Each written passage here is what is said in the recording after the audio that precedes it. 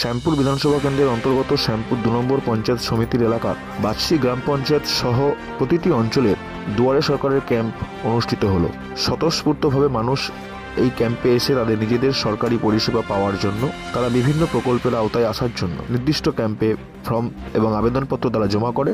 প্রতিটি গ্রাম পঞ্চায়েতের মতোই বাদশী গ্রাম পঞ্চায়েতের মাননীয় প্রধান শ্যামসুন্দর মেটিয়া মহাশয় সরজমিনে উক্ত ক্যাম্পের পরিদর্শন করেন এবং মানুষকে সমস্ত প্রকল্পের আওতায় আবেদন করার জন্য সহযোগিতার হাত বাড়িয়ে দেন। সেই প্রকল্পের কিছু অংশ আপনাদের সঙ্গে আমরা শেয়ার করছি। সঙ্গে থাকুন, চ্যানেলটিকে সাবস্ক্রাইব করুন, লাইক করুন, শেয়ার করুন, কমেন্ট করুন।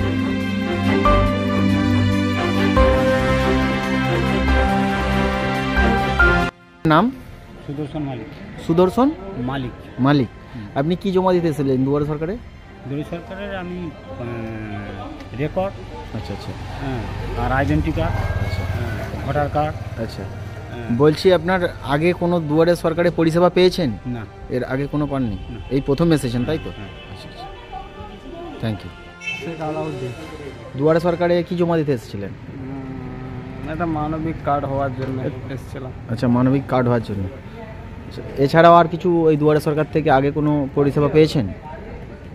না, এই এসছি, এখন কি হয়। আচ্ছা আচ্ছা, থ্যাংক ইউ। কিসের জন্য এসেছিলেন দুয়ারে সরকারে? নতুন স্বাস্থ্যসাথী কার্ড তৈরি করার জন্য। নতুন স্বাস্থ্যসাথী কার্ড তৈরি করার জন্য। এছাড়াও আপনি এই দুয়ারে সরকার থেকে কোনো প্রকল্প পেয়েছেন?